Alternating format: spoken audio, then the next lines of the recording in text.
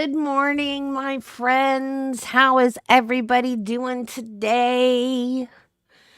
I hope everybody is doing well. Hello, my name is Debbie. Welcome to my channel.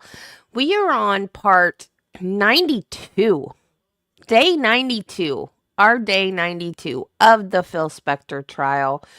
And we are on the. Can you guys hear me okay? My mic just flashed red. Hey, Jill. Hey, Judy. Look who's awake this morning, Jill. Did you sleep good last night, sweetie? My mic just flashed red, which means that it is maxed out. So I had to turn it down a little bit. Okay.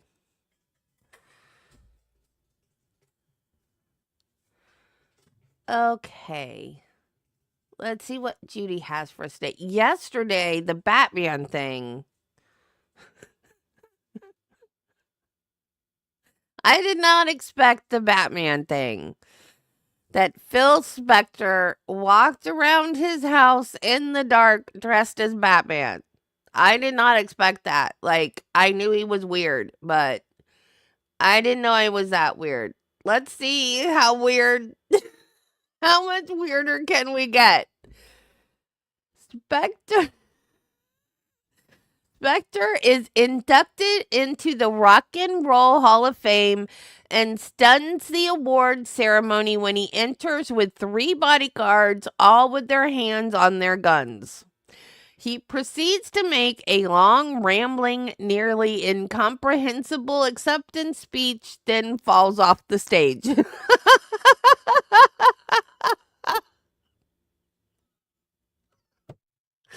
Oh my God.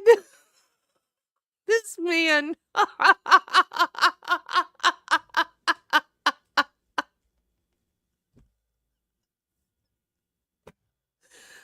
Oh my God.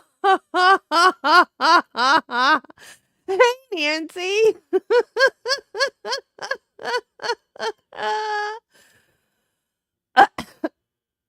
No sleep at all, Jill?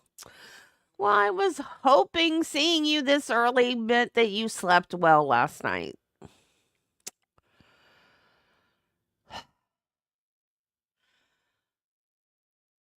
I swear. This man. Oh my goodness.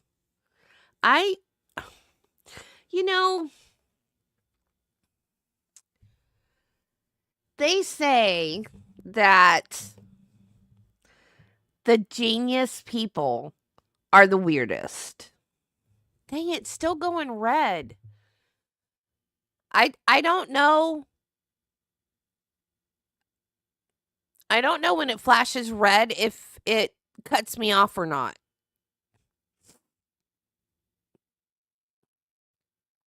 I hate it when tech things don't come with good instructions. And I don't want it to be cutting me off. Sorry. Allergies.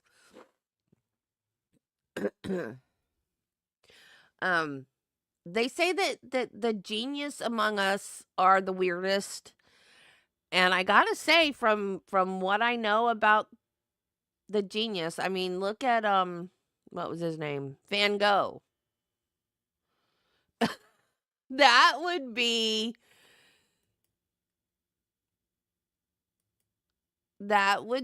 absolutely amazing. I would love to see that. I would love to see that.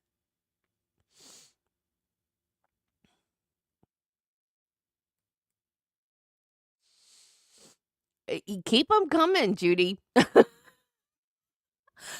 I love this one, but I especially love the Batman one from yesterday. Who does that?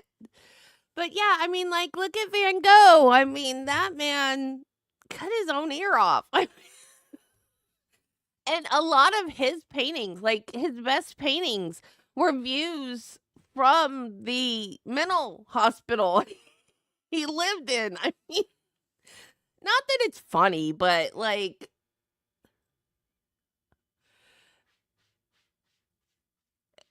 it's almost like the creativity has to be offset by the mental instability or something. Like, I don't know.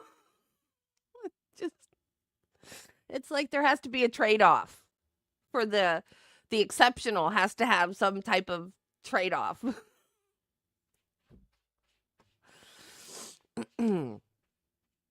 Yeah, Van Gogh was pretty amazing. Um and his death even more so if you look at the facts surrounding his death. But yeah. And I remember in nursing school, I don't remember where that room was. I think it was at the VA hospital. When we did our psych rotation, there was a room where we met at the VA hospital, and there were pictures on the wall of people that had mental illness but were like huge historical figures, like Albert Einstein. And I don't remember all of them, but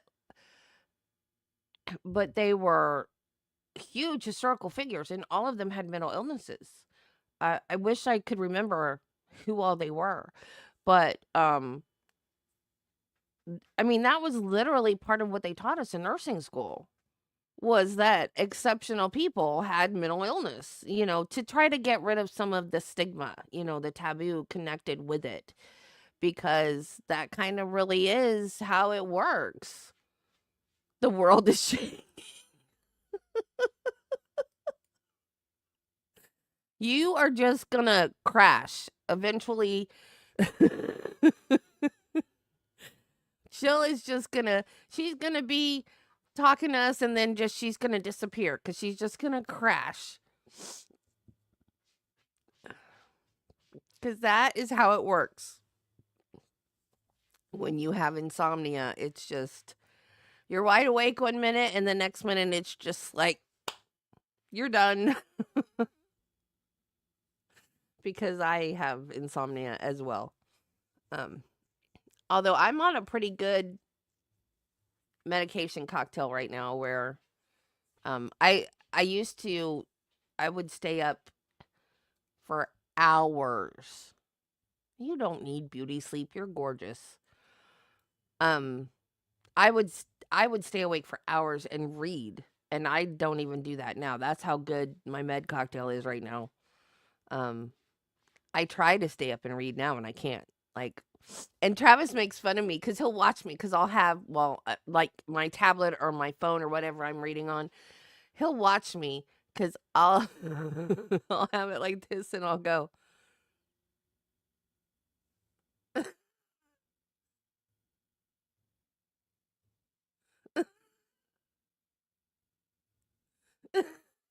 And he'll make fun of me. He'll be like, "Honey, put it down and go to sleep." I mean, no, I'm reading it. No, you're not. You're falling asleep.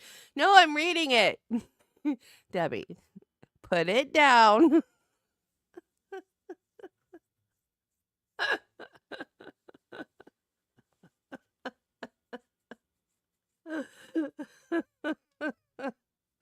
And then a lot of times I don't do the like jerk thing. I'll just fall asleep and I'll be holding it. And he'll start laughing and it'll wake me up. And I'll go, "What?" And he goes, "You're asleep. Put it down." He goes, "I've been watching you. You haven't turned a page. You're asleep."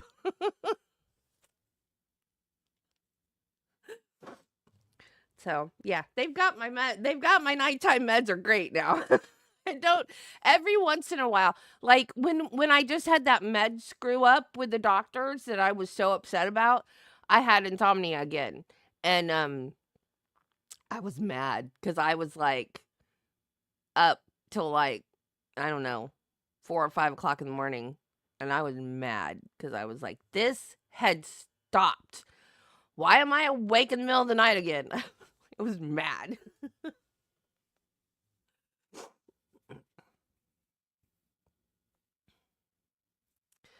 Yeah, it's insomnia sucks. I have um restless leg syndrome. So my thing is if I don't have the medicine for that, and that's what it was. I had run out of the medicine for that. Um so what happens with restless leg syndrome is and it's weird cuz it's when you lay down. If you're up moving around, it doesn't happen. So when you lay down your leg, you just can't keep your leg still. It's not pain. It's not like a leg cramp or anything. It's the strangest sensation and you just can't keep your leg still. And when I first had it, I thought I was going crazy because I was like, what is going on? Why can't I keep my leg still? What is happening to me? This is bizarre. And then I was at work one night and there was actually a thing on the news about it. I guess it's like when it was first a thing, like when people were first getting diagnosed with it. And I was like, oh my God, I am not crazy. It is a real thing. And I was like, restless leg syndrome. That's real? I was like, yeah, of course it's real. I have it. And so before I got like officially diagnosed, I would be up like days at a time. Like just maybe like little cat naps because I would like yeah, it makes you mad. It yeah, cuz you want to sleep. You want to sleep so bad and you get mad cuz you can't sleep. It's miserable. It is miserable. And like so like you'll lay down and you might like sleep for 10, 15 minutes and then you can't because it wakes you back up and then you're just it's awful. It's awful, awful. And then you've been awake for so long, you get like stupid, slap happy, goofy. I mean, it's, unless you've experienced it, it's, and then you kind of hit this like weird sleep deprived high. So after a couple days, it's kind of fun for a little while. And then you're just exhausted and your body is just like, okay, I'm done. And then you crash. It's, yeah, that's the fun part. Yeah. But you got to go through hell to get to the fun part, though.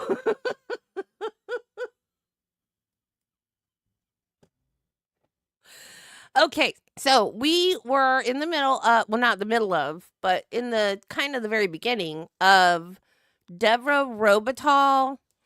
She was a songwriter. She was a songwriter that worked for Phil Spector. Um, I don't really know what her title was. She um arranged like recording sessions and stuff, I guess, for him, as well as doing some vocals and some keyboards, I guess, for recordings. She arranged some like parties and stuff at his house, and she was just getting to a story about one night when when she was the last person to leave one of his parties.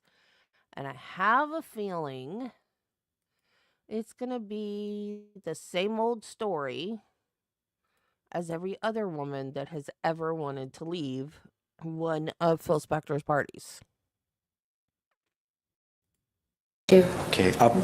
Again, I know it was a while ago, but can you tell us approximately when this happened? I think you said earlier that roughly speaking, about a year after you went to work Yes. for Warner Spector Records, your relationship changed with Phil Spector. That's right.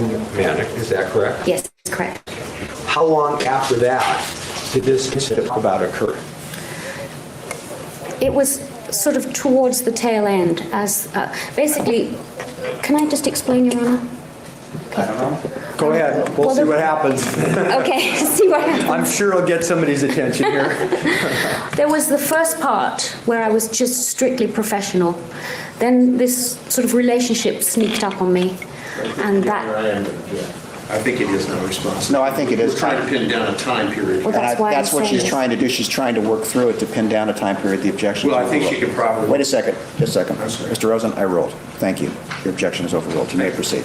Okay, so the first part was professional, then in the middle there was a relationship. Then the relationship ended and I continued to work for Mr. Spector in a professional capacity again.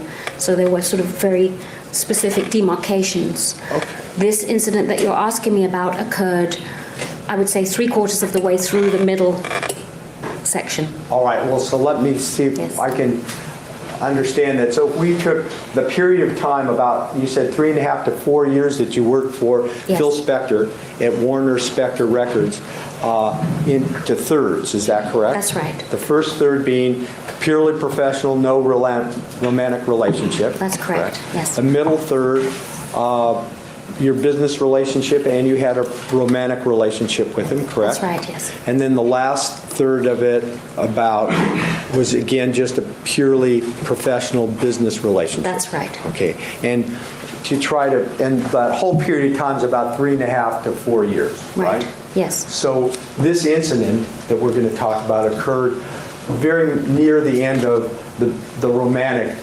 portion, the romantic third, for That's want of a better correct. term. That's Okay, accurate. all right.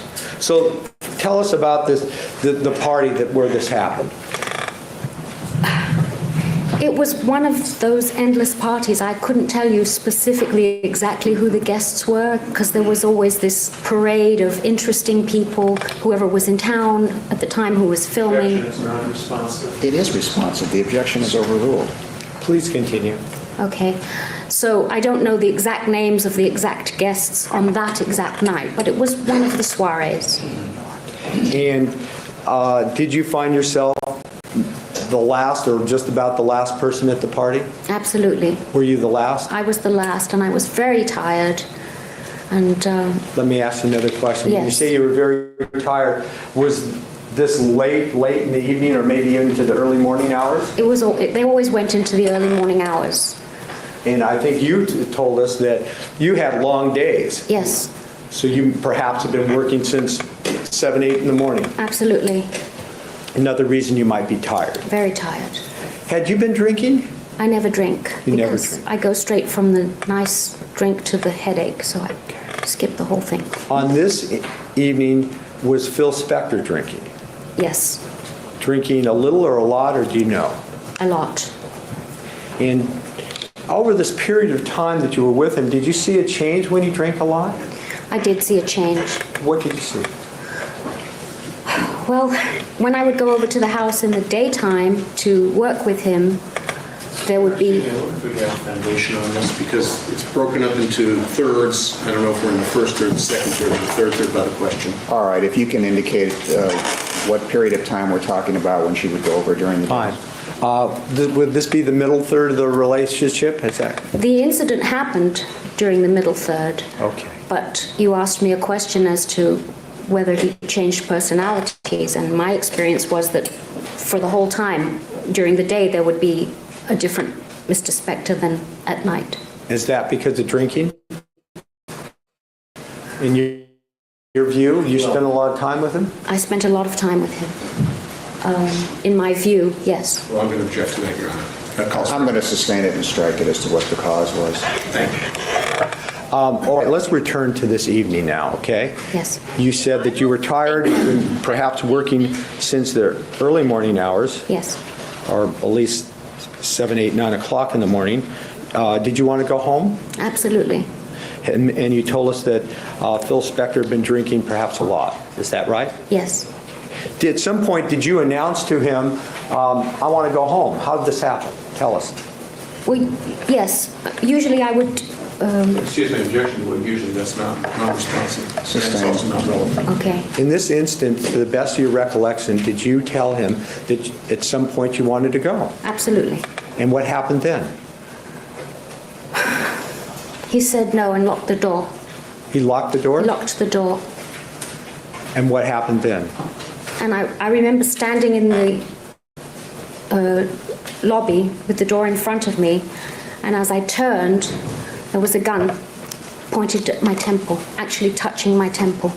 Had you noticed the gun before? No, I hadn't. I almost did a sort of cartoon double take. It was like such a surprise.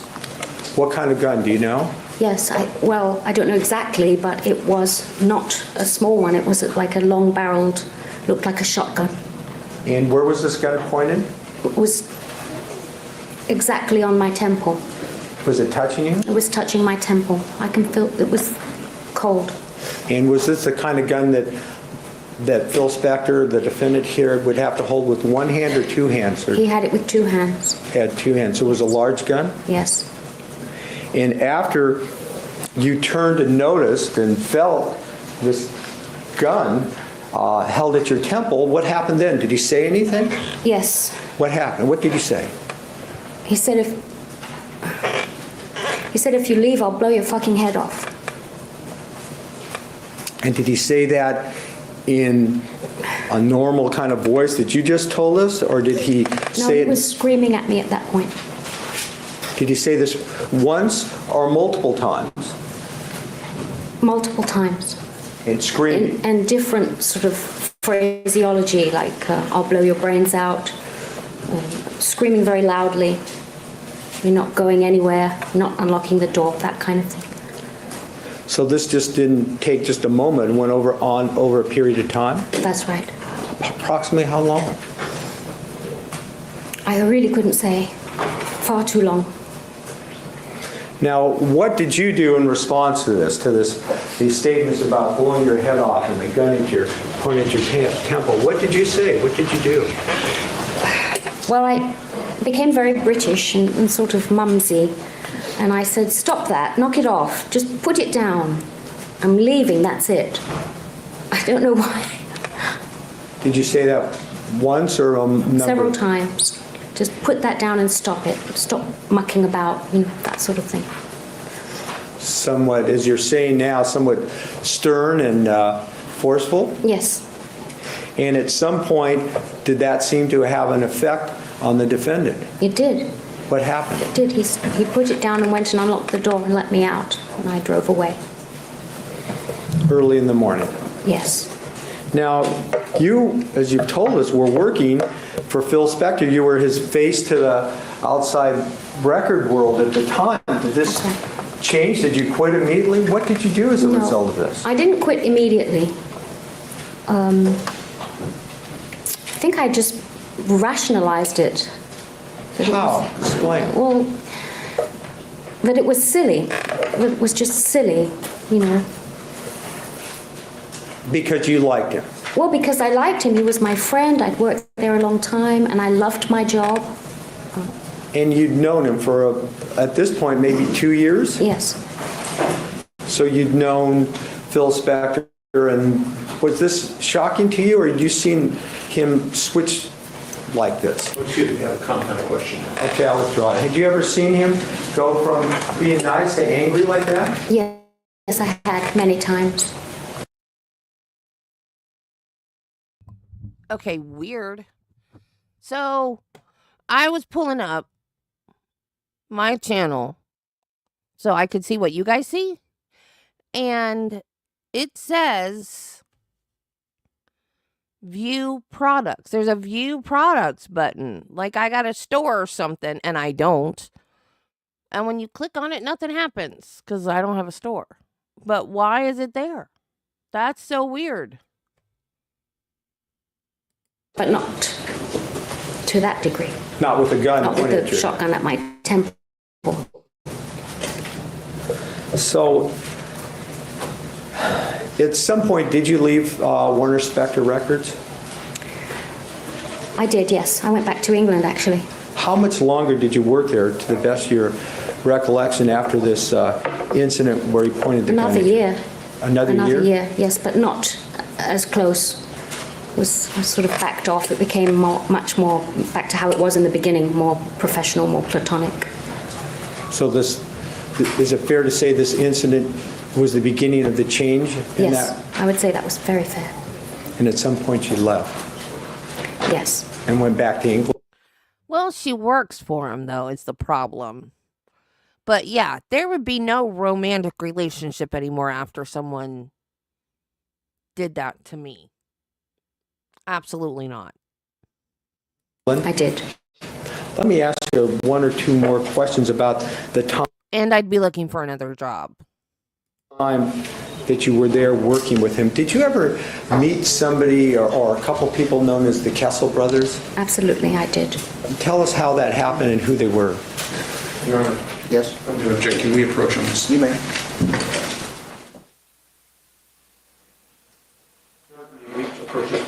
All right.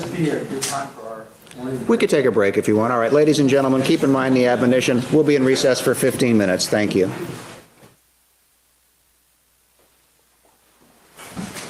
Court is again in session. All right, parties, jurors, alternates, and witness are present as heretofore. You may resume.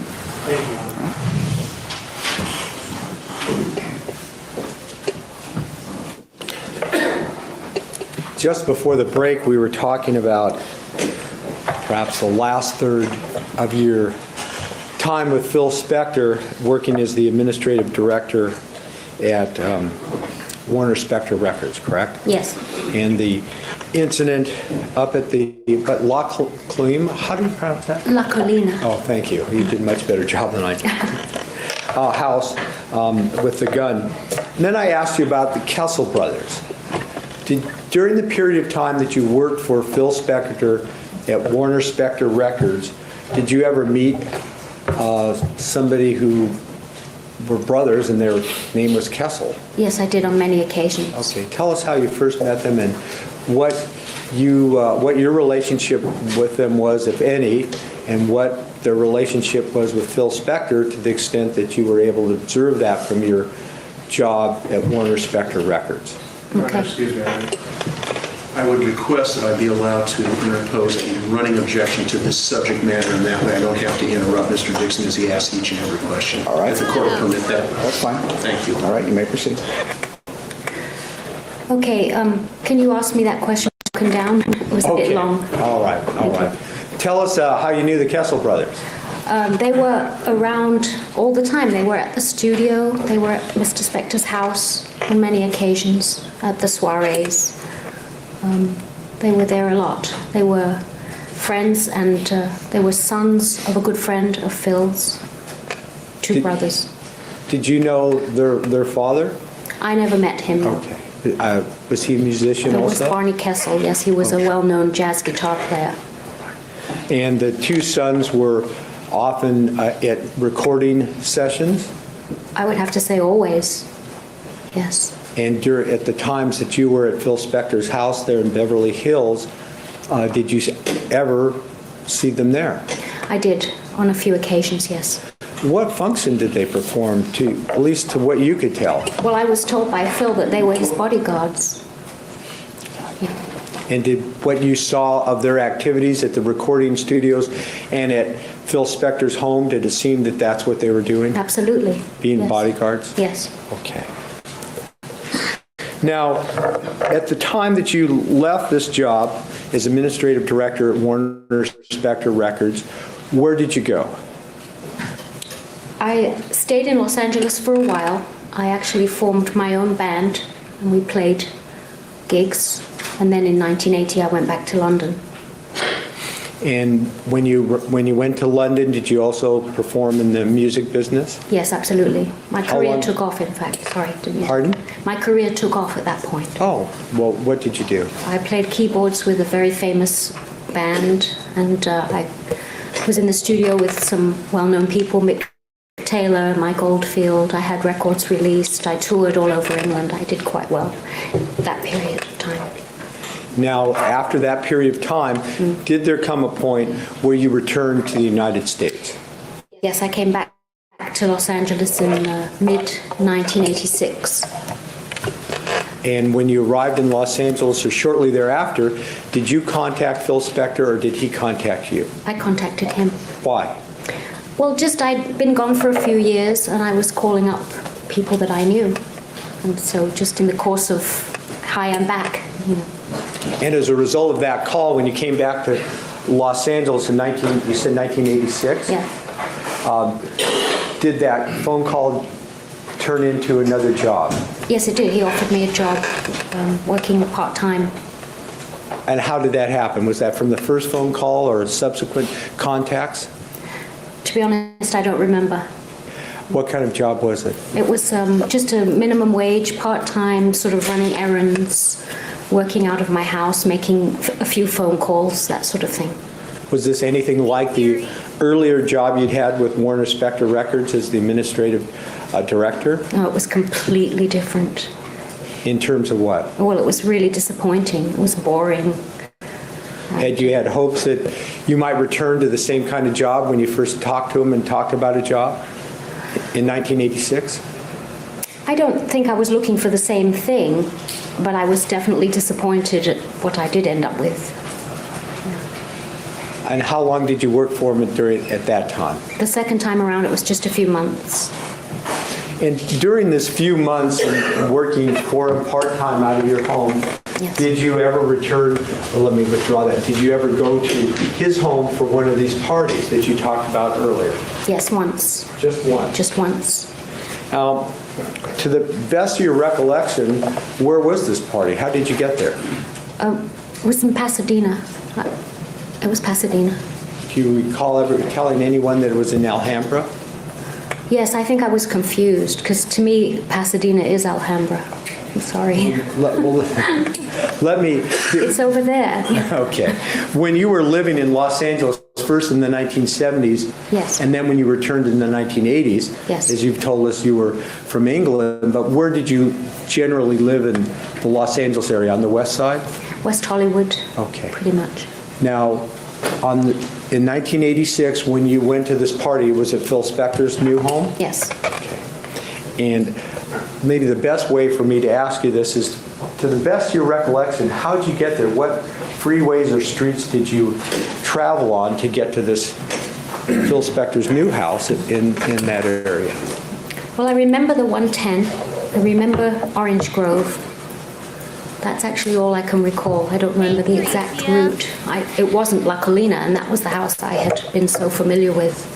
It was a new location. This house was on the other side of It's town, on the other side of town. and you recall going up the 110 or the Pasadena freeway? Something like that. I very clearly recall being lost Okay. and being late. And I think you mentioned in an earlier answer that you recalled being on Orange Grove? Right. Okay. And did you get off the freeway on Orange? Yeah, I remember there were some streets with numbers like 40-something, and I remember missing my exit and going too far and coming back, and I remember being very upset because I didn't want to be late. That's how you got lost, quit getting on and off the freeway. That's right. All right. Well, let's talk about that party at Phil Spector's house, as you recall, off the Pasadena freeway now. Yes. What kind of party was it? Can you describe it to the best of your ability? Just very similar to how they'd always been, a few interesting people, and Phil sort of being the presiding lord. During the 1970s, in the party that you described where the gun was pulled on you, you described that you were there partially for personal reasons and partially for business reasons. You had a business, so to speak, function at the party. Is That's that right? yes. Was it the same at this house that was now off the Pasadena freeway somewhere? It was very different. My job was very different. It was much more nothing, sort of just little. I went from the sort of up here as a respected person to down being a flunky. And I was surprised when he called and invited me to the party. I didn't organize it this time around. I wasn't involved. All right. So you just went there for personal reasons because he'd asked you. That's right. I had a friend in town from England staying with me, and I thought, Objection is non-responsive, now it's been answered. I don't believe it's been answered. I believe she's explaining it. The objection is overruled. You may finish your answer. thank you, sir. I had a friend staying with me from England, and I actually thought it would be nice for her, as she was someone in the music business too. But as it turns out, she couldn't go, so I went by myself. And when you arrived there, was there music and alcohol and that sort of thing? Yes, Did it last late? very late. And did you, and I think in your terms, your words, find yourself to be the last person standing? Indeed, I was, just like old times. About what time of the evening or early morning hours was this? As I recall, it was past dawn on this occasion, well past dawn on this occasion. And at some point, like before, did you announce that you were ready to go? Yes. Did you have a handbag with you at this time? Yes, I did. And where were you when you announced to, was it Phil Spector that you wanted to go? Yes, I did. Where were you in the home? I'd been sitting somewhere, either a dining room or a kitchen, and I found him and said, I'm so tired, I want to go home, please unlock the door. So you said to him, I'm sorry, could you repeat that? Yes, I'm so tired, I want to go home, unlock the door, please. You said that to Phil Spector? Yes. And where were you in the home, right at the front door? In the front area, which is what I call the lobby, but it's just like just a lobby foyer. Okay. And you were sitting or standing? Standing. With your handbag? Mm-hmm. Yes? Yes. Where was the handbag? I tend to wear it over my elbow, so it would have been hanging off my arm. All right. And as you're in the lobby, as you called it, or the foyer of the Phil Spector's home, you said, please let me go, unlock the door, I want to go home. That's right. What happened then? What was his reaction? The gun came out, and he was holding it at my face here. What kind of gun was it this time? Do you recall? I recall that it was the same one, a longer one, not the short ones. And what was he doing and what was he saying as he pulled out this gun? Screaming, ranting and raving, you're not going, you're not leaving, I'm not opening the door. Did he say that just once or? It was a sort of an ongoing. He's saying things similar to what he said to you at the Beverly Hills home? Or Absolutely, different? very similar. Well, like what? Like, I'll blow you away, I'll shoot you, I'll shoot you. And what was your reaction to this time? I went cold inside, and I thought, oh, I can't believe this, not again. And what did you say? Very similar. That's my response, is to get quite British and pull myself up to my full 4'11", and sort of be, like a teacher or a mum or a nanny. Stop that. Put that down. What are you doing? It's not okay with me. Knock it off. Would be what I would say. I don't know if that's exact quotes, but it's so close.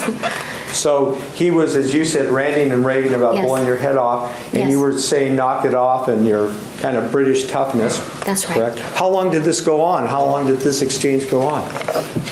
This second exchange was much longer. It was much longer than the first. The first was just a few minutes. The second was, I think, a couple of hours. A couple of hours this went on? Yeah. Where you were locked inside the I house couldn't leave, yes. and you couldn't leave? No. And he left at one point and left me standing there, not knowing what to do, and then came back sometime later. Were you afraid this time? In all honesty, I have to say no. Did you ever worry that the gun was loaded? I didn't know if it was or not. And of course I wondered, but I didn't know. So what happened? How did you eventually get out of the house? Eventually he unlocked the door and let me go. You needed a key to unlock the door from the inside? That's weird. You couldn't have just walked up to it and unlocked it from the inside? And this was after a couple hours. Yes. And was that the end of your working relationship with him the second time? Yes, it was. soon thereafterwards? Very soon thereafter. I don't know exactly how many days or weeks, but yes. After this time, or maybe it was the first time, did he ever try to do anything which led you to believe he was trying to make up flowers, notes, anything like Yes, that? absolutely. First time or second time? The first time, definitely, not the second time. What happened the first time after he pulled the gun and put it at your temple? Well, the first time it happened, I quit, and then a couple of days later, all these beautiful roses arrived at my house, and Mr. Brand came over. George Brand is his name. He was Mr. Spector's friend and also bodyguard, and he came over and was sort of placating me and saying, "Come on, you know, it's not." Objection to what he says it's hearsay. Sustained. Okay. So he asked me to come back, And you did at that point? and I did at that point. For a period of time. When these guns were pulled at your head, did you, just a surprise, you know Phil Spector for so long. Did you ever sense that this wasn't my Phil? Absolutely. Explain that for us, please. Well, I knew him for a lot of years, very closely, and we were good. I thought we were very good friends, and I thought he liked me and respected me, and I was horrified that he would disrespect me by something like that. Now, since February of 2003, have you ever had an occasion to talk with a newspaper or give a story about this? Yes, I Okay. have. Tell us about that very briefly. I was contacted by a British paper, and they wanted to do a piece in their female section, which is the Sunday supplement that's geared towards women. And I felt this was a woman's story. What paper was it? Do you recall? It was the Daily Mail. Well, it was the Sunday Mail, and they call it the Female, I think. I think that's how it is. And did you receive some reimbursement for your giving the story? Yes, I did. Okay, how much? As I recall, it was $4,009 And when did you do that? in March or April of this year. Just of this year? Yes, I think. I don't remember when it... I didn't see it because it was only released in England, not here. And you've been living here for a while? Yes. All right. Could I have a moment, please, John? Thank you. Send her a copy? Don't they use Thank you very much. At this time, nothing further. Thank you, cross-examination.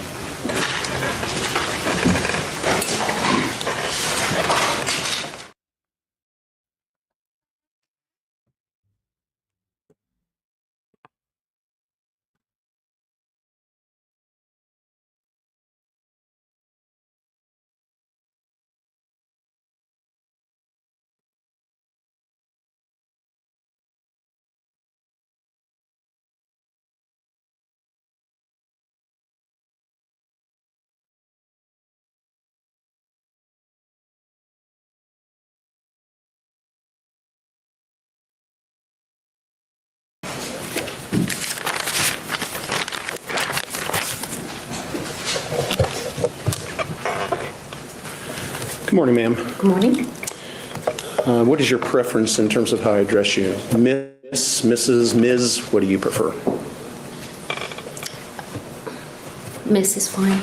Yes? Okay.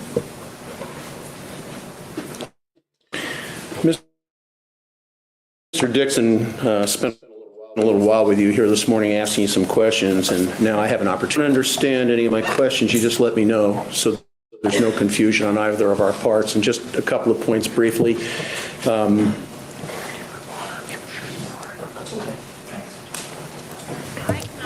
there's a lot of things in this podium.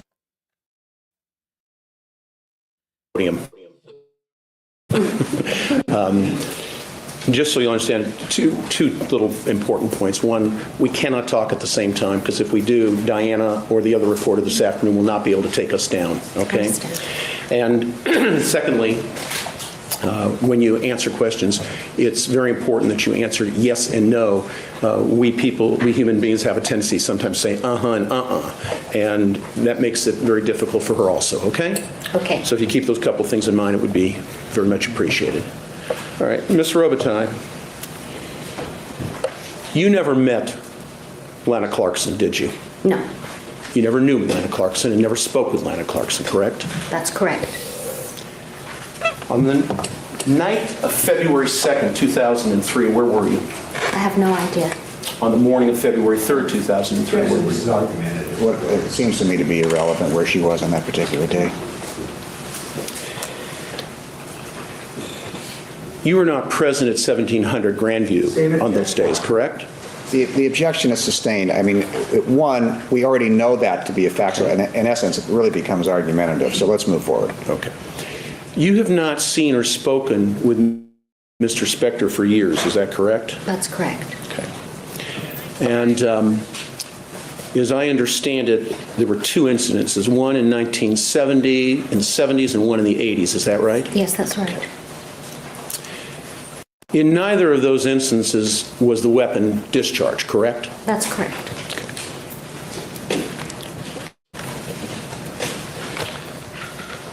In the 1970s incidents, you were neither held down or grabbed, is that correct? Did you say neither? Yes.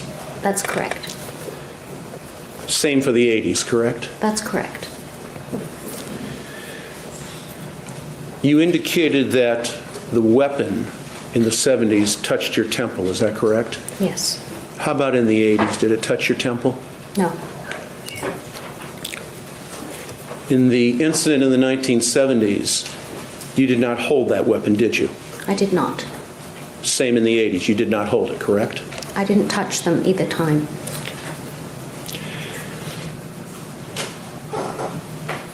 Mr. Spector never had you point the weapon at yourself, isn't that correct? That's correct. Either in the 70s or the 80s, correct?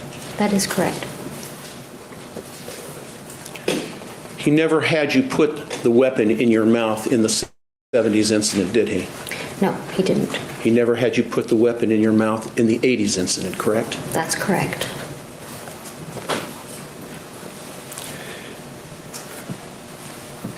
You do not know whether or not the weapon that you saw in the 70s incident was even loaded, do you? I don't know that. And again, for the 80s incident, you do not know whether that weapon was loaded, correct? That's correct.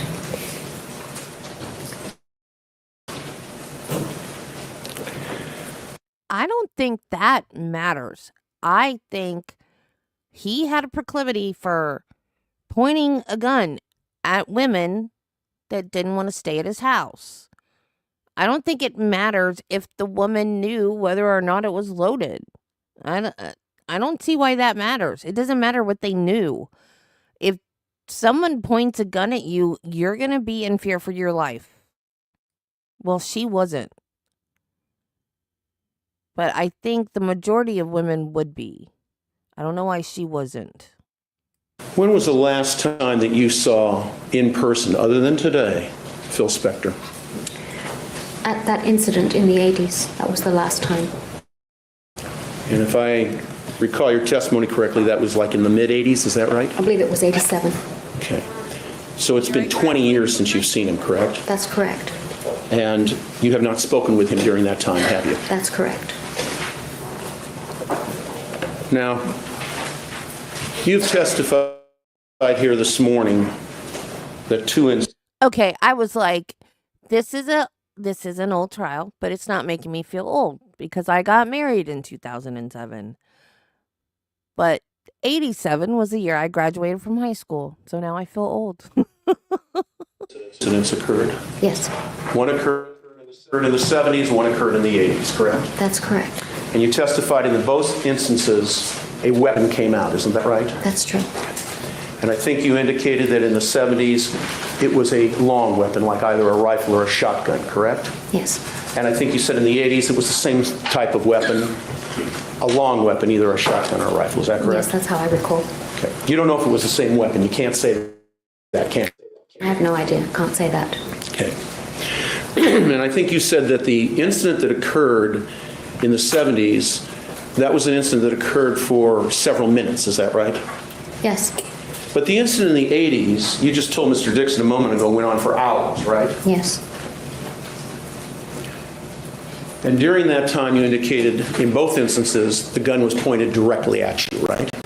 In the second incident, it wasn't for the whole time. Okay, but at some point it was, At correct? some point, yes. More than once, I think. After the 1970s incident occurred and you left the residence, you did not call anybody from law enforcement to report that, did you? That's correct, I did not.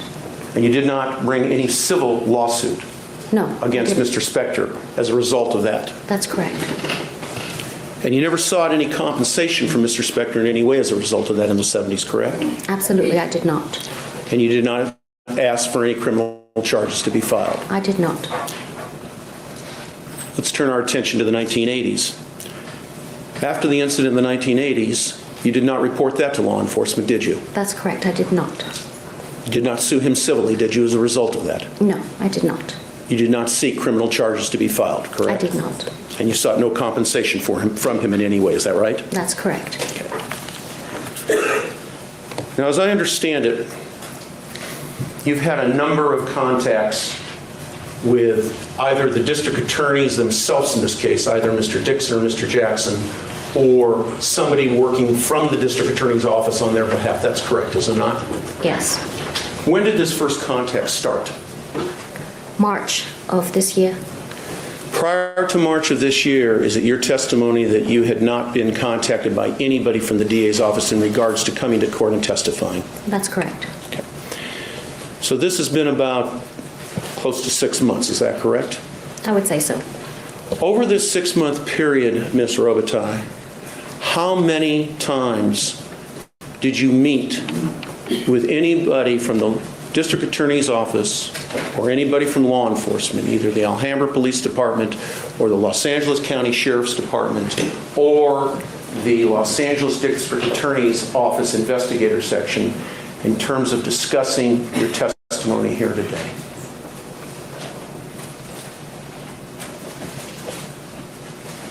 Twice? So you've only had 2 meetings prior to you coming to court and testifying here this morning? Where it was discussed, right, where I was interviewed and asked questions. How many times did you meet with Mr. Dixon? Once, When was that? last week. Did you speak with 2 weeks ago. 2 weeks ago. Did you speak with Mr. Dixon about your testimony? You did you not? Briefly, yes. Where was that? Here in the building? It was here in the building, yes. When you say briefly, we're talking about 1 minute, 10 minutes, a half an hour? How long did you talk with him about your testimony? I didn't time it. I don't know. Give me your best estimate. Over the course of an hour, possibly, but not interacting the whole time. I was sitting in his office. Okay, upstairs on the 17th Upstairs floor? on the 17th, yes. And Mr. Dixon was working on the computer. And I was sitting at the table. Did you ever speak with Mr. Jackson, the other gentleman seated here at the council table? We had excuse me. Go ahead. We had a brief exchange, yes. He introduced himself to me and said hello. Did he talk to you about your testimony? What you mean by talk to me about my testimony? The subject matters you've spoken about here in this courtroom this morning. Yes. That wasn't the answer to the question. I'm thinking about it. I can't answer that yes or no, Your Honor. Okay. Okay. Very brief, just, he said to me, you know, how'd you do? And just tell the truth. Say what you know. Okay. So I wasn't coached with answers. That's why because I'm not sure what you're asking me. That's not what I'm asking you. Okay. All I'm asking you is this. Did you discuss any of the testimony you've given here in court this morning with Mr. Dixon? You said yes. Now I'm asking you to discuss with Mr. Jackson any of the testimony that you've given here this morning. That's all I'm My asking. answer would be briefly, yes. Okay. And you said that you met twice. When was the second time you met? Was when the prosecutor's office found me and came to ask me questions. And when was that? That was in March. And who was that who spoke with you? That would have been William Mr. Freya. Bennett? No, that was William Freya and Laurie Devine, and they flew out to Florida. And they met with you, correct? And they met with me. And the purpose of them coming was to interview you, correct? That's correct, yes. And you knew they were coming, correct? Well, I knew because they called me and told me they were coming, yes. That's my point. They called you and let you know they were on their way, correct? That's correct, yes. And you said, fine, come on and I'll talk to you, correct? Yes, And they met with you in Florida and they interviewed you in Florida, isn't that right? that's correct. And they interviewed you for a number of hours, didn't they? Yes, they did. And in fact, when they interviewed you, they had a tape recorder, didn't they? Yes. And they spoke with you quite at length before they turned the tape recorder on, didn't they? Well, Jefferson, that's big, right? Well, I think you can ask the question. Are you able to recollect whether or not they spoke to you for a goodly period of time before they turned the tape recorder I on? would have to answer no to that. Okay. How long did you speak with them before the tape recorder came on? I have no idea. But there was a period of time when you did speak with them when the tape recorder was not on, isn't that correct? I really don't know when they turned it on. No, I'm asking you this. There was a period of time when you spoke with them. They asked you a lot of questions and you answered a lot of questions, and that was before the tape recorder came on, correct? Well, the truth is, I asked them if it was okay. They said, is it okay if we turn on the tape recorder? And they turned it on. But when I reread a transcript, I saw that it had been on. So I can't answer that question yes or no. It had been on. I don't know how long it had been All on, right. is my answer. You've seen the transcript? Yes. You've read the transcript? Yes. Over half the transcript is when the tape was not turned on because it says right in the transcript when it was turned on, correct? Well, Jefferson, I can't say that it was over half. The form of the No, it question, wasn't. excuse me, the form of the question is improper. What it says in a transcript is not controlling. Well, you told us that they told you they were turning on. They asked your permission, didn't they? Yes, at a certain point, but I can't tell you exactly when that point was. It was sometime after we had got a table in a restaurant and sat down. And so what were we talking about? Well, you know, where would you like to eat? Where would you like to sit? Okay. May I approach her? Yes? This is a copy of the transcript, correct? Yes. All right. And the transcript is a total of 167 pages. Isn't that right? Yes. All right. Say so. And well, let me show you the last page. What does it say on the last page? well, I make a 167. objection that misstates, that's misleading. There are actually two transcripts. Council knows that. I'm going to identify it, Your Honor. Okay, he said the transcript. Is it just me, or does he come off as,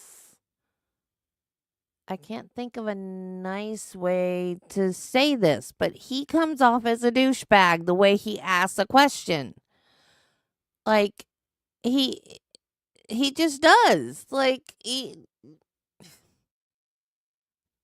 I would want to be defensive just the way he asks the questions, because he's not asking, like, he's being,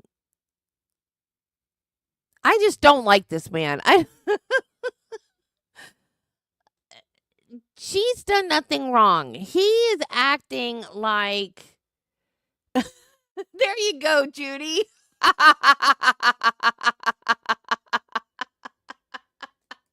April 2007. Is that what it says there on the front? It does. Yes. Okay. And the last page is 67, correct? Correct. And it says right here on this page, and we'll identify in a minute, at line 16, page 106, counsel, D, standing for Devon, the young lady who accompanied Mr. Freya. Okay, we're in Florida. The time is 2:49 in the afternoon. And we've been speaking the tape regarding your association with Phil Spector, with Mr. Phil Spector. And then it says R for Robitaille, and you say yes, correct? That's what it says, yes. Okay. You remember that, don't you? No, actually, I don't. Okay.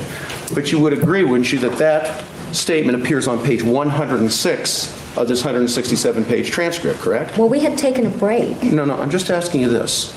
Does that statement appear on page 106 of the April 2000 transcript? That's all I'm asking you. That statement appears on that page. That's all I'm asking. So the first 106 pages, the tape recorder was not turned on, correct? Jackson, this states the evidence. There wouldn't be a transcript That's unless there exactly what I was thinking, Mr. Let me Rosen. rephrase it this way. Yes, let me rephrase it. Okay. It's just, You didn't know that the tape was playing, is what I'm correct? No, but we had taken a break and we had turned off the tape and gone to a different location. Check, but I think so. Because it definitely was not that far into the interview that they suddenly popped up and said, let me tape you now. Did you know that you were being surreptitiously recorded at any time? No, I did not. That surreptitiously, that's the point of surreptitiously. That's what the word means. You don't know. All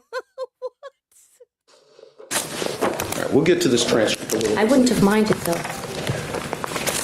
I didn't ask you that, ma'am. I'm going to move to strike that, Your Honor. All right, that is stricken. All right.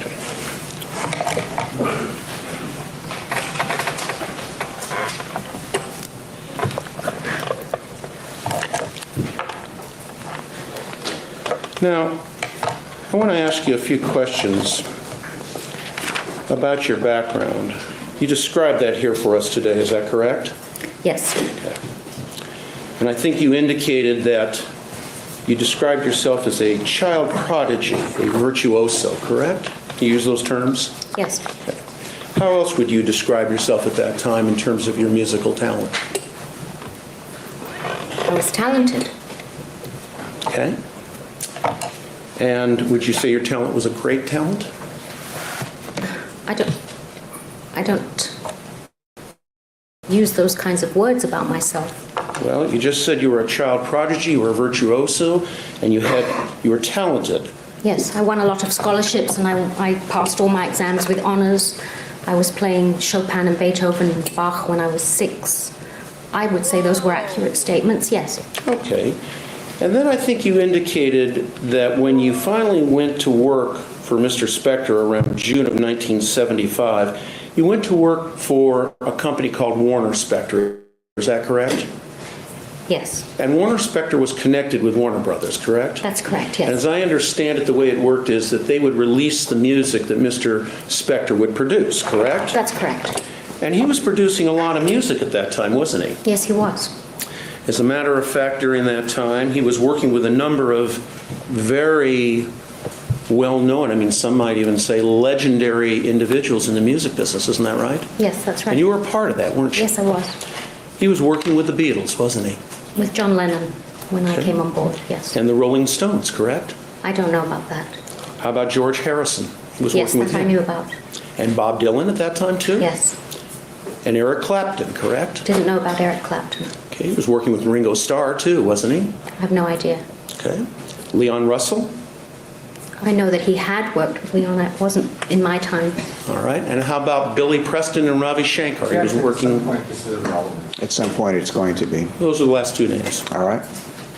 Yes, I don't recall those people. Okay. And during that time, you were a part of that, weren't you? I was a part of the ones that I recall, not the others. Yes, obviously. Yes. And that was very exciting for you, wasn't it? Yes, it was very interesting. It was very exciting, wasn't it? No, it was very interesting. You were in the music business, right? Yes. You were empowered by Mr. Spector, as I recall. Mr. Dixon put up on the board this June 23rd, 1975 letter where That's right. Mr. Spector sings your praises, doesn't he? Mm-hmm. Is that yes? That's a yes, I'm sorry. Sorry. And that was a big deal for you at that time. You were a young girl, weren't you? I was very young, yes. How old were you? 24, 23, 24. And in 1975, Mr. Spector was in his early to mid-30s, right? He was young also. Yes, he was.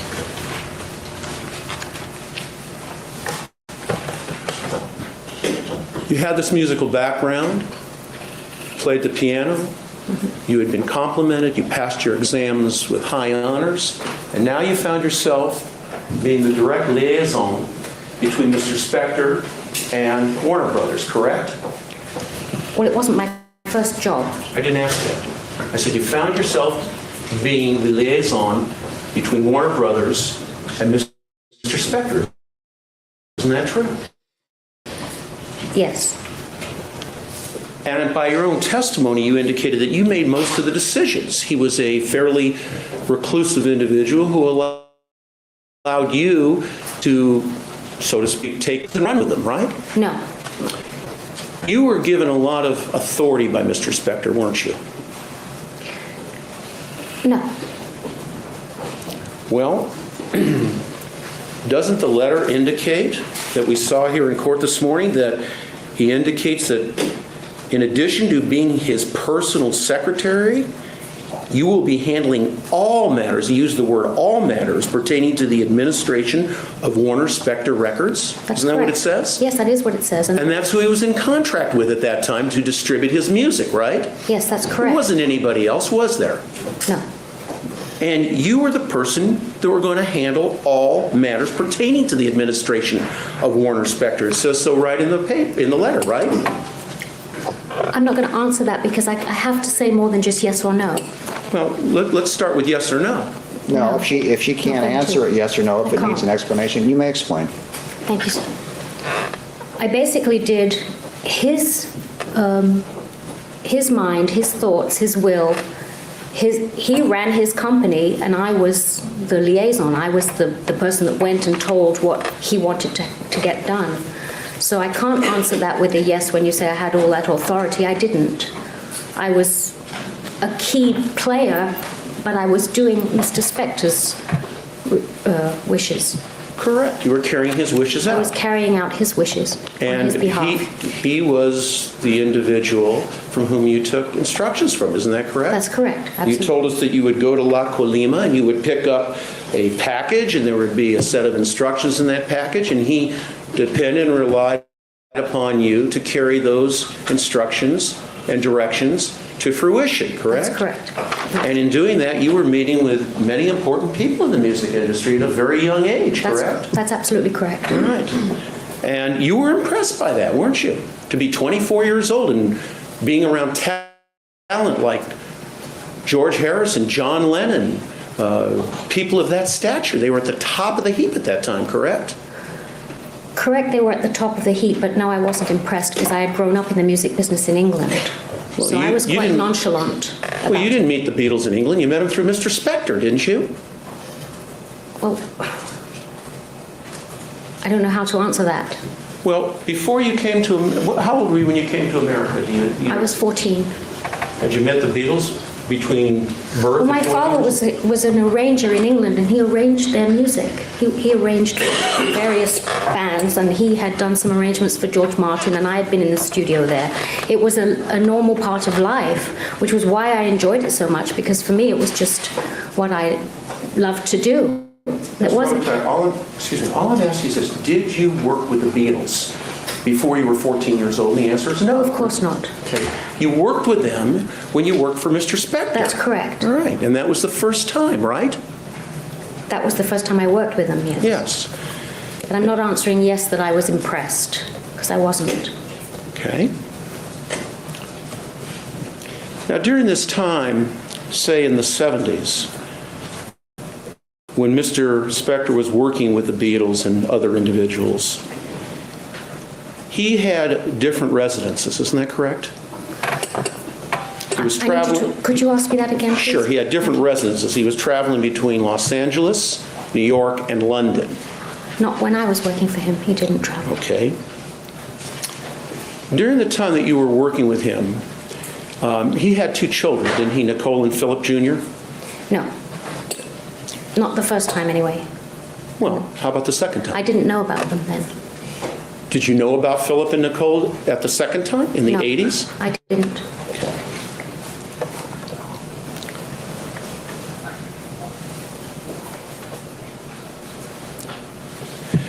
You also knew at that time that Mr. Spector had won a number of awards and recognition for some of his music, isn't that right? Yes.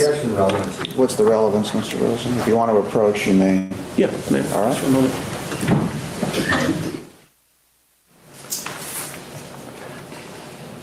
All right, Ms. Robitaille, I want to turn your attention to a different subject matter, okay? Is that yes? That's yes, sorry. Uh-huhs, remember? All right. Now, you indicated that you were hired in the 70s, in 1975, correct? Correct. Okay. And we've seen the letter of employment and the letter to a number of individuals. By the way, I wanted to ask you, There are some CCs on that letter. Yes. Sudie, I wonder if we could put that up for a second. Just if you would go to the CCs, please. Just court's indulgence just for a moment here. All right.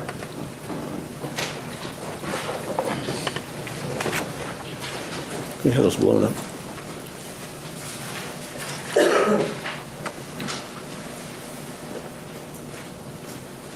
Okay, we have 5 names there, including yours, correct? Yes. I'll probably butcher them, but let's try the first one. Marty Machat, who was that? Marty Machat was Mr. Spector's lawyer.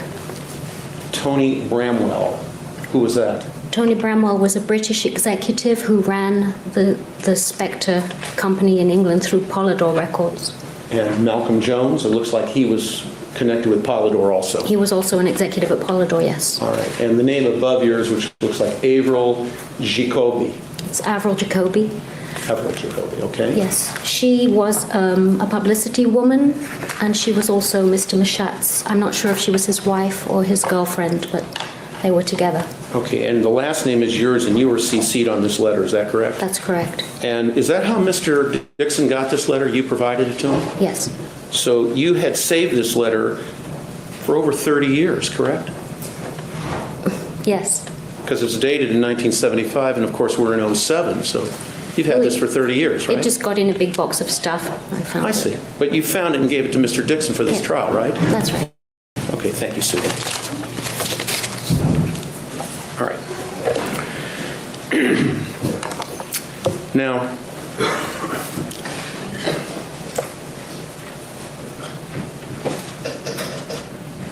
I was asking you about what your responsibilities were in the 70s when you were hired. And you actually described yourself to Mr. Freya and Ms. Devine when they came to speak to you in Florida as being Phil Spector's mouthpiece, his representative in the music industry. Is that correct? Yes.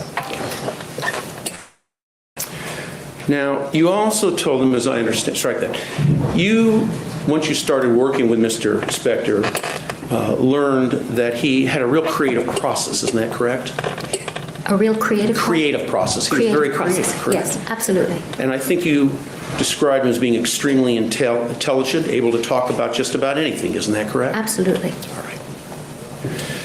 Now, I think you indicated that at least a year into the job, which would take you into about, what, 1976?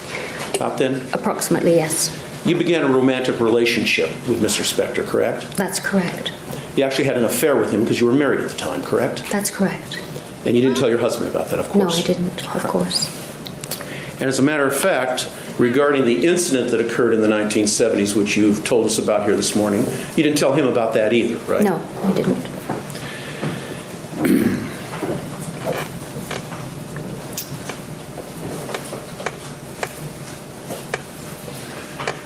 Now, let's talk about this 1970s incident, okay? Okay. As I understand it, you've used the term last man standing. And what you mean by that term is that you were the final individual to leave the residence, correct? Right. And just before we get started, let's make sure we're on the same page. In the 1970s incident, you did leave, correct? Yes, I did. And in the 1980s incident, you did ultimately leave, correct? That's correct, yes. All right. Now, Mr. Spector, he never slapped you, did he? He never slapped me. He never punched you, correct? That's correct. Never shoved you, correct? That's correct. Never pushed you to the ground or against any walls or anything, correct? That's correct. Never struck you with the weapon, either in the 70s or the 80s, correct? That's correct. Now, you indicated that there was and you used the term soiree, is that correct? Yes. Term indicating like a gathering of people, a small gathering of select individuals or select people to have a party, right? That's right. Okay. And at one of these soirees, I think you indicated you were the last person standing, is that right? I always was. Okay. And you indicated it was early in the morning, you were tired, Yes. and you had had nothing to drink, and you wanted to go home, correct? That's correct. And I think you indicated that you told him that you wanted to go home. Is that right? That's correct. And Mr. Spector said no, correct? That's correct. And the door was locked, right? Yes.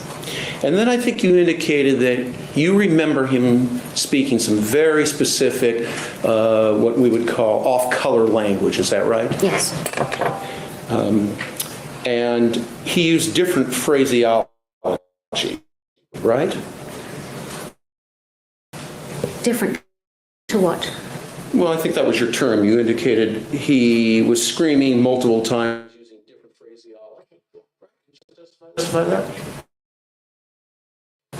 Is that right? Yes. Okay. And the way you reacted to angry, you were particularly British with him, correct? Well, I was angry. Okay. But you got British with him. That was your phrase, right? Yes, that's right. And when you use the term got British, I took that to mean kind of a stiff upper lip and stood your ground and got in his face. Is that a fair description of what you mean by got British with him? I think that's a fair description, yes. Yeah. And you did do that with him, didn't you? Yes, I did. And you told him off, didn't you? Yes. And you told him something to the effect, stop that, put that down, stop mucking about. What do you think you're doing? I'm tired and I want to go home now. I don't know if I would have done it like you. Okay. Stop. I'm learning from Mr. Jackson, okay? I'm learning from him. This is a good prop that he uses. I'm a bit more of a lady than that. Okay, well, I've been accused of a lot of things. Not that. On that note, we're going to take our lunchtime recess. Ladies and gentlemen, keep in mind the admonition. We'll resume at 1:30 this afternoon. Thank you. Order course of the session. All right. All parties, jurors, alternates, and the witness are present at the floor. You may resume. Thank you. Okay.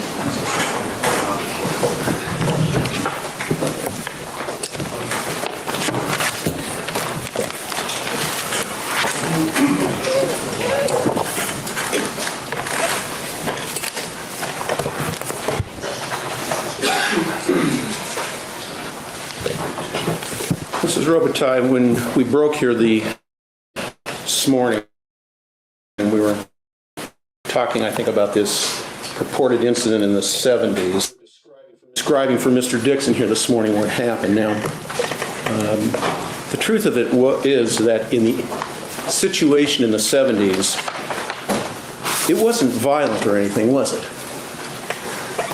Objection vague, violent or anything? Well, let's try again. It wasn't violent, was it?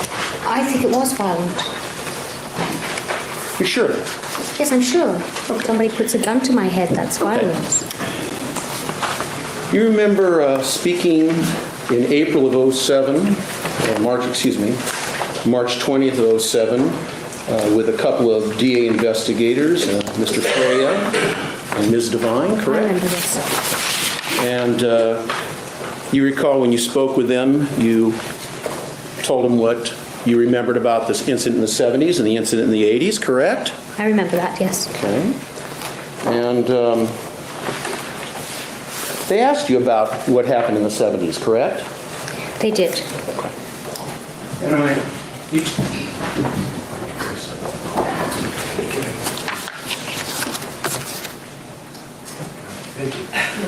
just showing Mr. Dixon, Your Honor, so you can follow. And do you recall Ms. Devine asking you about that and her asking you the following question, you providing the following answer regarding the 70s incident? Investigator Devine, were you trying to leave? Ms. Robitaille, oh no. I said, quote, I need to go now, close quote. I wasn't like, ellipsis, for the door. It wasn't violent or anything. He never hit me. He never hit me. He never tried to get me to do drugs or anything. And he was not taking any drugs or was not drinking any alcohol. I never saw him do drugs, just on the record. You recall providing that answer to that question? Actually, I don't. Okay. May I approach, Your Honor, for foundation? Again, directing for counsel's edification, your attention to page 47 of that trend. This is lines 4 through 9. I just want you to read those to yourself. Your Honor, I think it would be more appropriate if we went down to line 13. He can do that on redirect. Well, no, everything has to be done in context, so if I don't have it in front of me, I have no way of knowing, but why don't you have her read all the way You know, down? I don't have a problem. I'll read it. Okay. Would you read that please to yourself? Yeah.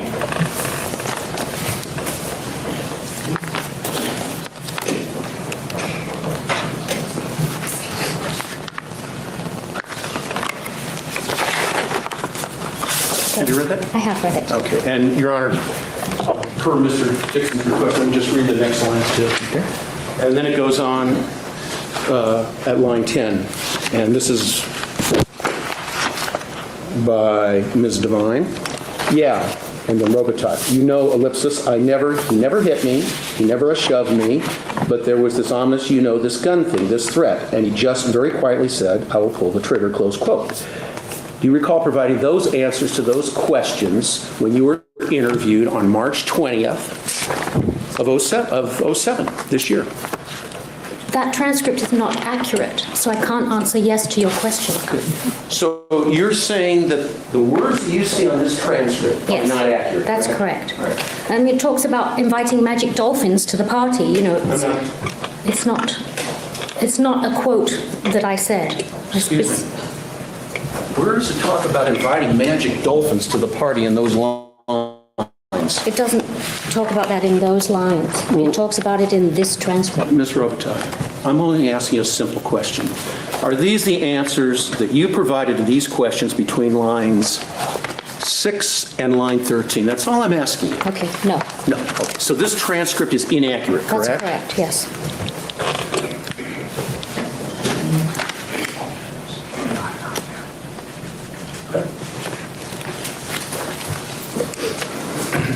Have you seen this transcript before this moment? Yes, I have. Have you read it? Yes, I have. And when you read that and you saw that this wasn't accurate, Yes. in your opinion, did you bring it to Mr. Dixon's attention? I was in Mr. Dixon's office when I read it, and I put a lot of stickers in where there were mistakes. I see. Did you talk to Mr. Dixon about this being a mistake according to you? No.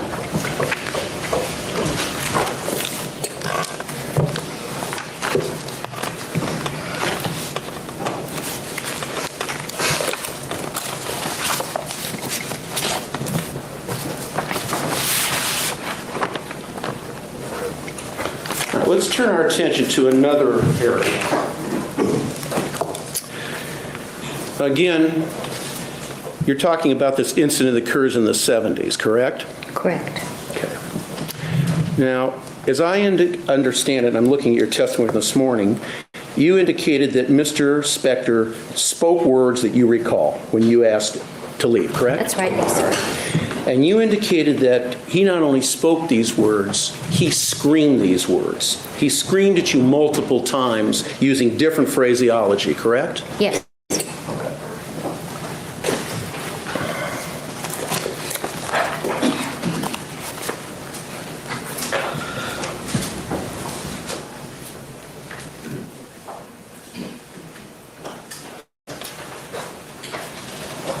Tell me when you're ready. Okay.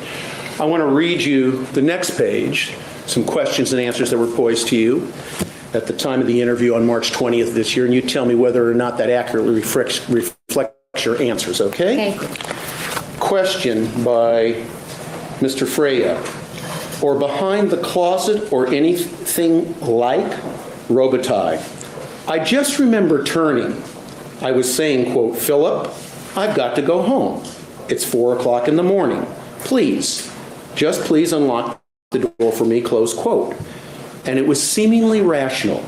There was no screaming and yelling and ellipsis into the floor, anything like that. And then suddenly this thing appeared. And I just remember looking at it like, quote, oh, close quote. I was not quaking in my boots. I don't wear boots, and I don't quake.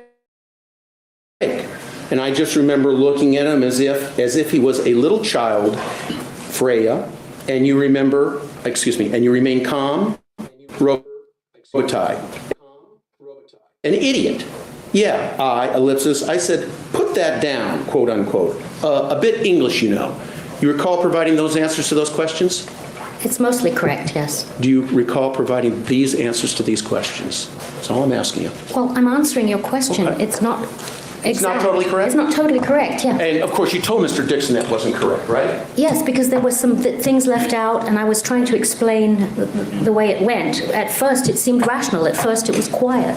And then it got louder, and the screaming started. So it's Maybe I'm not being clear.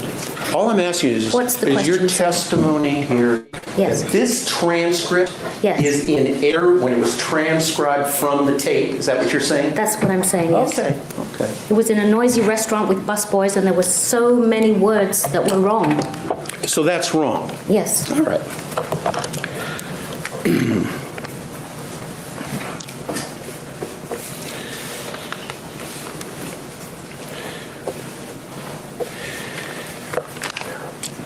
You do agree that you never thought the gun was loaded in the 70s incident, correct?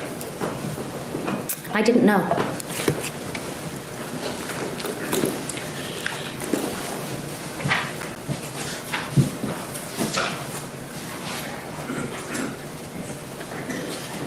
Directing, Your Honor, the attention of the court and counsel to page 52 of the same transcript. I want to read you from the transcript again and ask you if you recall providing these answers to these questions, okay? Question by Mr. Freya. You remember it had one barrel at the time. I know it's a long time ago. Robitaille. I don't remember, to be honest. Freya. Okay, Robitaille. And you know what? I never thought it was loaded, or I personally might have been more freaked out, and I thought if it was loaded. Remember providing that answer to those questions? Yes, I do remember that.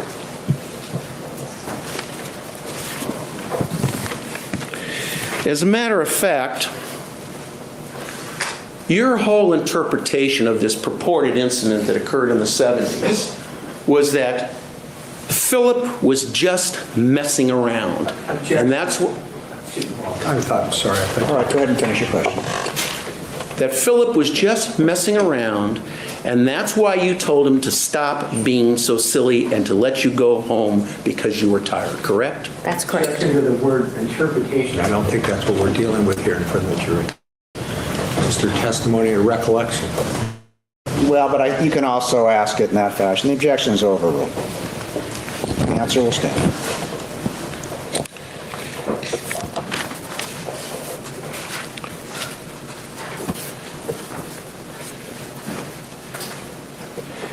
And after this incident, as I understand it, you continued your employment with him, correct? I did. And you continued your relationship with him, didn't you? I did.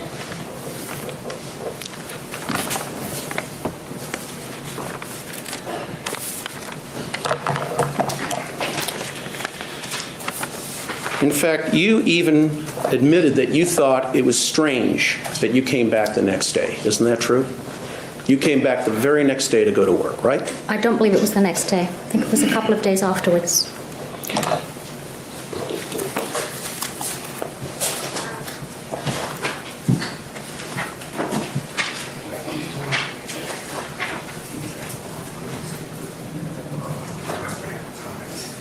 Recall providing the following answer to the following question at the interview with the investigators from the DA's office, Freya and Devine.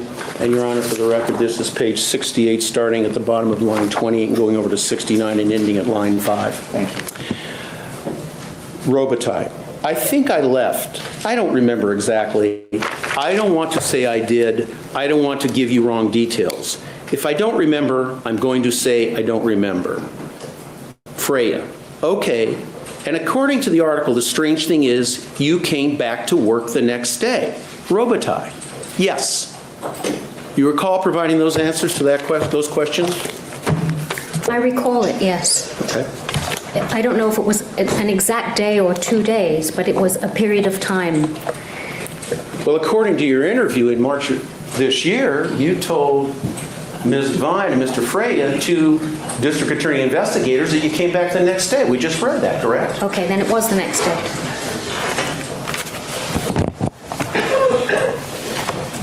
In fact, You continued on for a period of time in the relationship with Mr. Spector and working for him after that, correct? Stupidly, yes. Now, you testified this morning that the Kessel brothers were working for Mr. Spector in the mid-'70s when you had your first job with him, correct? Yes. Okay. And I think you indicated that they were around many occasions, they were around all the time, they were friends of his, and they served as bodyguards, is that right? That's right. And that was during that period of time, 75, 76, 77, 78, right? Yes. As you sit there today, do you know how old they were in 75, 76, 77, and 78? I have no idea. Okay. Court's indulgence for a moment. All right.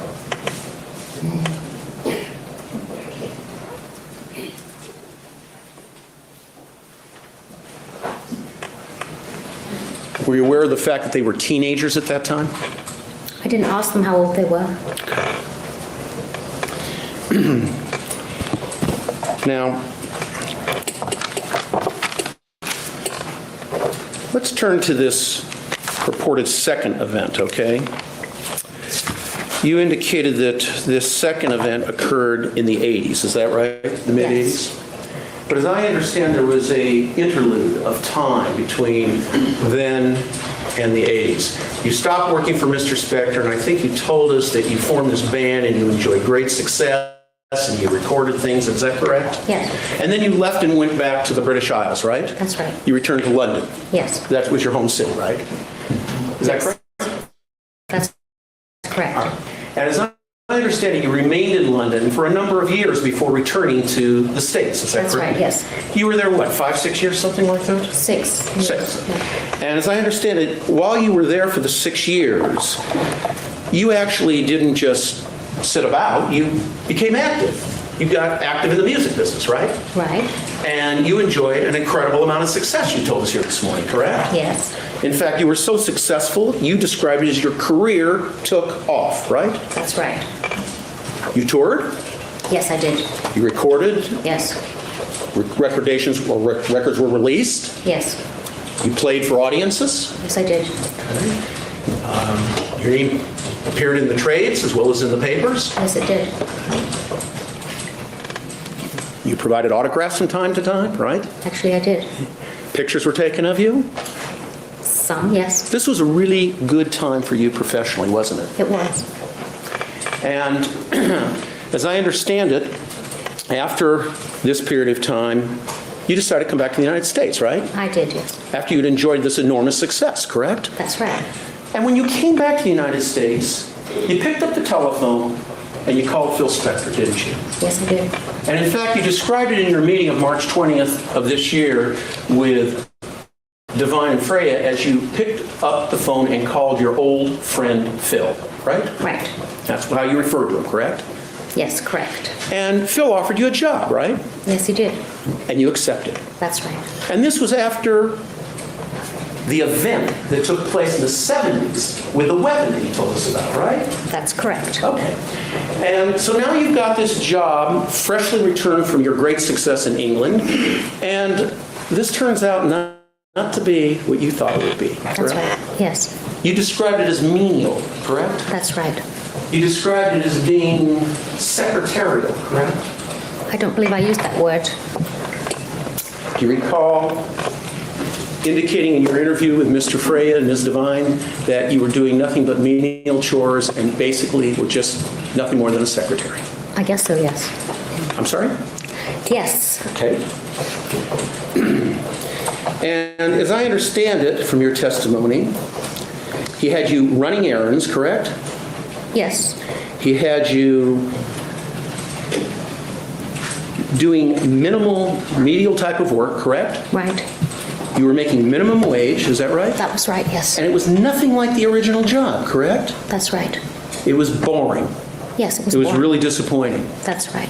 So you gave up the limelight, the money, the tours, the records, signing autographs, photos in the trade to come back to the United States and you took this job with Phil Spector for minimum pay, correct? No, that's not how it was at all. But that's what happened, right? No, that's not how it was. Okay. Now, let's talk about this second incident, okay? Mr. Dixon asked you where it happened. You're a little foggy on that. You're a little vague on that, aren't you? You're not sure which house this happened at, correct? I know which house it happened at. I don't remember the house clearly. It was just there the one time. Because you actually told the DA investigators at an earlier time that it was a different house than you testified to here. Yes, that's correct. I was mistaken. You were mistaken. You were Didn't pay that confused and much mixed up. attention. I'm sorry. Talking over each Yes, other. I'm very sorry. All right. Go ahead, finish your answer. Sorry? Please finish your answer. I spoke over your words. I'm sorry. That's okay. I was finished. Okay. So you were confused about that when you spoke with them, correct? I wasn't sure which house it was All right. at the time, yes. So let's talk about this for a moment. This is now in the 80s, is that right? Yes, And now you've got this very mundane, very low echelon job, is that right? right? And the truth of it is, the entire incident in the 80s was very foggy to you. In fact, you blanked it out, didn't you? No.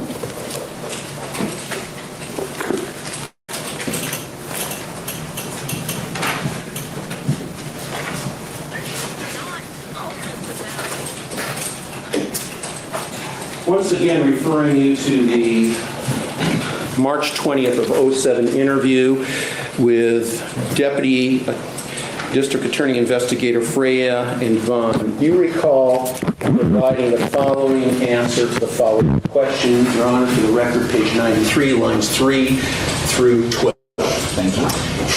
Question by Ms. Devine. The gun was with him or ellipsis, Robitaille? I don't remember. I think it was a shotgun. I don't remember him going over to a sideboard or getting it out. I just remember then he came and he turned, and the rest of it is very foggy. And I finally got home. Now, meanwhile, my girlfriend has been up all night waiting for me. She had been worried, Sharon, and she cross-eyed the story is that I stumbled in at like 8 o'clock in the morning, shaken and white, and told her that he kept me at gunpoint. But I blanked it out. You recall providing those No, answers? that's completely, there's so many words missed out and there's so many words typed different than what was said that it's a complete, it's a dog's dinner. It's not how I talk and it's not what I said. I see. So this official transcript is just wrong, correct? That's what I said before and that's my experience of it, yes. Well, Your Honor, I just want to interpose that. Well, maybe I could have a moment with Mr. Rosen. All right. And we can clear it up.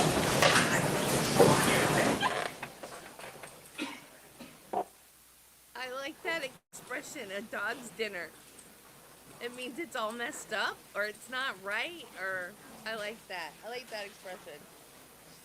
No offense, Belle, but I like that expression, a dog's dinner. It's all messed up. It's just all messed up. Dixon points out something, and he is correct. He says that I'm reading the answer, but I blanked it out. I used the word out. The word out is not there. What is written is but, comma, I blanked it, period. So if I spoke the word out, I did misspeak. Okay, does that sound more like what you said? No, it doesn't sound anything like what I said. All right. I mean, I didn't have to do that? Okay. Well, they got my husband's name wrong in the transcript. Okay. I do know my husband's name. Your Honor, I'm going to move to strike. It's not responsive. I believe it is part of the overall Okay. response. I'm going to leave it. All right. Now, regarding this alleged second incident, I think you indicated to us that once again, you behaved very British, correct? That's right. All right. You told Mr. Spector to stop these silly games, is that correct? Yes, something like that, certainly. You told him to stop behaving like a child. You were tired, you wanted to go home. This is ridiculous, correct? Yes, something like that. And at that point, you left, correct? He lowered the weapon and you left, right? At some point, he lowered the weapon and I was able to leave, yes. Okay. He unlocked the door for me. Now, you told Mr. Dixon here, that you were very concerned about that you were scared about that. Is that right? I'm not sure what you're referring to. This second incident, the 80s incident. Yes, I was more scared, and the one in the 80s was more frightening to me. So you had fear. Is that a fair statement? I would say that's a fair statement, yes. Okay.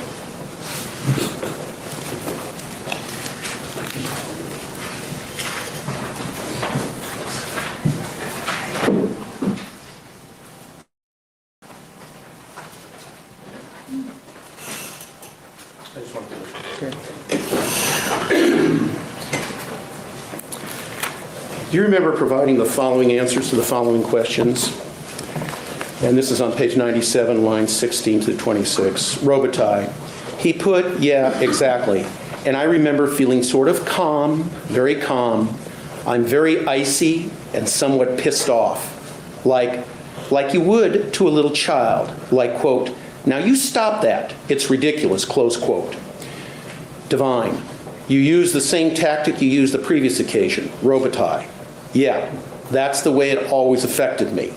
Divine. Okay. You don't start whimpering and begging for your life. Robitaille. No. Divine. Like somebody else may. Judge, I'm going to get, maybe we need to approach. I don't think this is proper impeachment. All right. Maybe I could have a moment with Mr. Rose and might resolve. Okay.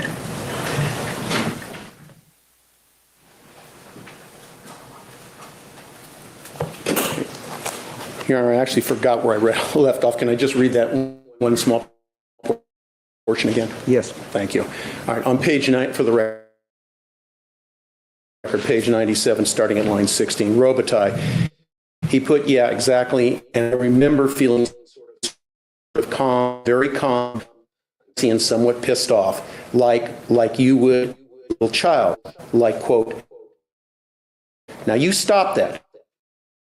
It's ridiculous. You use the same tactic you used the previous, the way it always affected me. Freya, okay, you don't start whimpering and begging for your life. Robitaille, no. Freya, like somebody else may. Divine, no fear. Freya, okay. Robitaille, it never crossed my mind to do that. Do you recall providing those answers to those questions? I recall providing it, yes. Okay.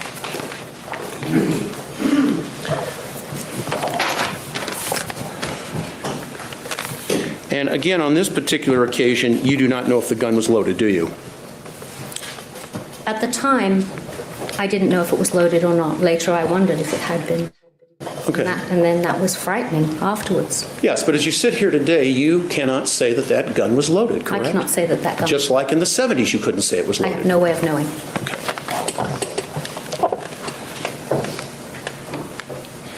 Now, you testified also here this morning that in this second incident that occurred in the 80s, that you specifically recall words of Mr. Spector, correct?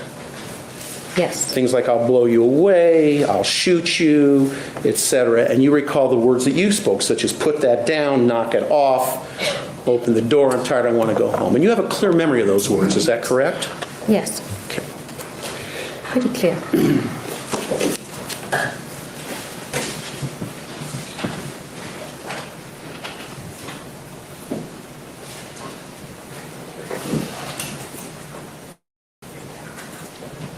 You recall providing the following answers to the following questions, Your Honor, for the record, page 139, starting at line 14. And this is you, Robitaille.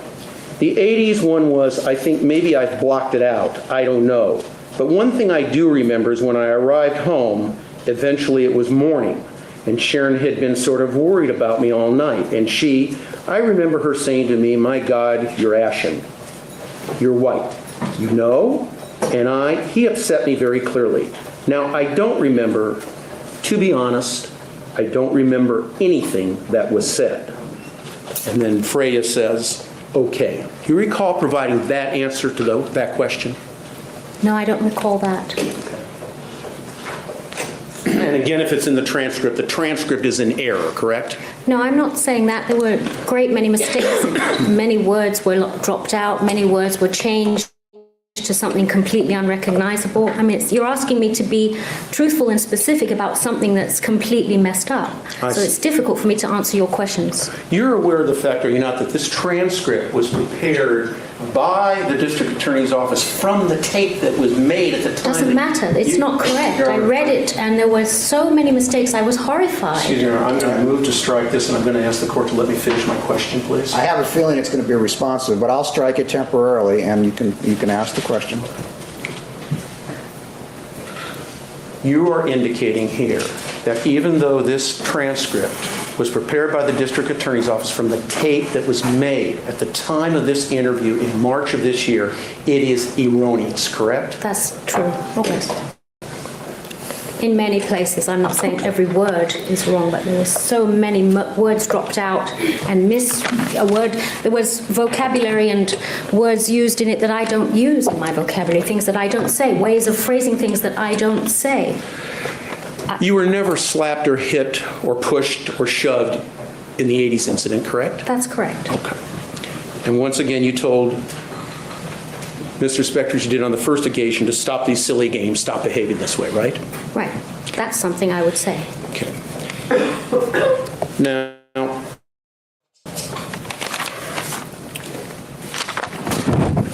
you testified this morning when Mr. Dixon asked you that you recall being in the foyer and that you had your handbag hanging off of your arm, and then the gun comes out. Is that correct? Yes. All right. And this occurred, what, some 20-some-odd years ago, right? Right. The first time you mentioned anything about this handbag falling off of your arm was here in court this morning, isn't that right? I don't know if I mentioned it before or not, but I always would walk around with my handbag because I understand what your habit is, but you never said anything when you were interviewed by the two district attorney investigators, Devine and Freya, in March of this year. Nothing about the handbag on the arm. don't know if I said it or not, honestly. You remember that really clearly, even though it's been some 20 years, correct? I remember the incidents clearly, yes. No, I'm asking about the handbag. You remember that clearly, even though it's been 20-some-odd years, is that right? I remember I had my handbag with me because I always would when I was going home. Okay. It's just part of the picture. There's like a snapshot. Are you describing what your normal course of conduct and habit is, or are you telling us you got a specific recollection of this handbag being on your arm? I remember having my handbag on my arm. Excuse me, I didn't mean to interrupt. Okay, But I do remember it. So why don't you describe this handbag? What did it look like? Black. What was the material? Leather. How big was it? Medium. I don't know what that means. Medium size. Show me with your Not hands. huge like the great... About 12 inches by, Something like that. can you give me a height? Something like I that. can't see. Something like that. 10 inches? Yeah, something like that. Do you still have that handbag? No, but I always buy the same kind of handbag, the same shape and size. So it's affordable. Now, as I understand it, you indicated in the second incident that there was a time when you were left alone. Is that right? Yes, Mr. Spector went off and disappeared, correct? yes. And he left you for, what, an hour, hour and a half, something like that? No, it was, I don't know. I don't know exactly how long it was. But it was a period of time. Period of time that felt long. Okay. And during Very that, uncomfortable and unpleasant. you were in the house and he was out of your presence, correct? Yes, And while he was gone, you moved about the house, looked about the house, correct? no, I didn't. Okay, but if you wanted to, you could have. There was No, nobody I couldn't. preventing you. Wait. Everybody has to slow down. You're falling right on top of each other. It's impossible for the reporter. Okay? Nobody was standing there like, say, the Kessel brothers to prevent you from going where you wanted, right? Nobody was standing there. Okay. That's correct. Now, let me ask you this. You indicated, and you've testified here about an incident that occurred in the 70s involving a weapon, correct? Yes, A weapon that's placed at your temple by your own testimony, correct? It was placed at your temple and you felt it, correct? I felt it. And you indicated that, as you said, you took a double take, right? When I first saw it, yes, It was a very unpleasant experience, wasn't it? it was. It was an experience that you would be perfectly happy never to go on through again, correct? Absolutely. And you indicated that You left as quickly as you could. You wanted to get out of there, didn't you? I did. You were scared, right? Not till afterwards. I think I was... British. Sorry? I'm sorry. The witness hadn't finished your answer. That's correct. No, at the time, for some reason, and I don't know why, probably I should have been scared, but I wasn't. At the time, how it affected me was I became all business. I became all, now stop that. Well, let me ask you this. But afterwards, you see, there's no yes and no, black and white here. It's a very intricate, complicated thing, and it involves emotions. And I have a snapshot in my mind, just the same way as I had when Princess Diana was killed. I have like an exact picture of that. But when you ask me what time, how many hours, I can't answer that. I'm trying to, sir. Let me ask you this. Nobody had ever done that to you before, correct? That's correct.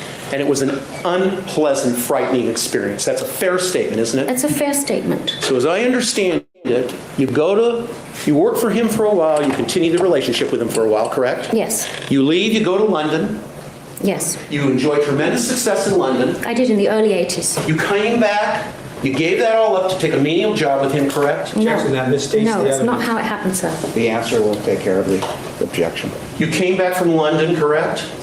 I came back from London after things had gone a bit awry with my career, and it had started to wobble, and I found myself playing in a club at night, and I didn't like it. I thought I'd come back to America. You called Phil Spector, your friend. Yes. You took a job with him, correct? Eventually, yes. It was a job you didn't like. It paid minimum wage. That's right. You then found yourself in another incident where you indicated once again you were the last man standing, correct? That's right. That's correct. With the knowledge of what happened in the 70s and the unpleasantness and fearfulness and frightening experience you had, you, once again in the 80s, was the last man standing after everybody left that party, that soiree, correct? The door was locked. I couldn't get out. You were the last person there, correct? That's correct. Other people had been there, correct? Yes. You allowed them to leave? I didn't allow them to leave. Mr. Spector allowed them to leave. I was in his employ, and I was supposed to stay. You could have left No, I couldn't. before they left, and you didn't. Isn't that right? No, it's not right, sir. I'm sorry. It's not right. I would have lost my job.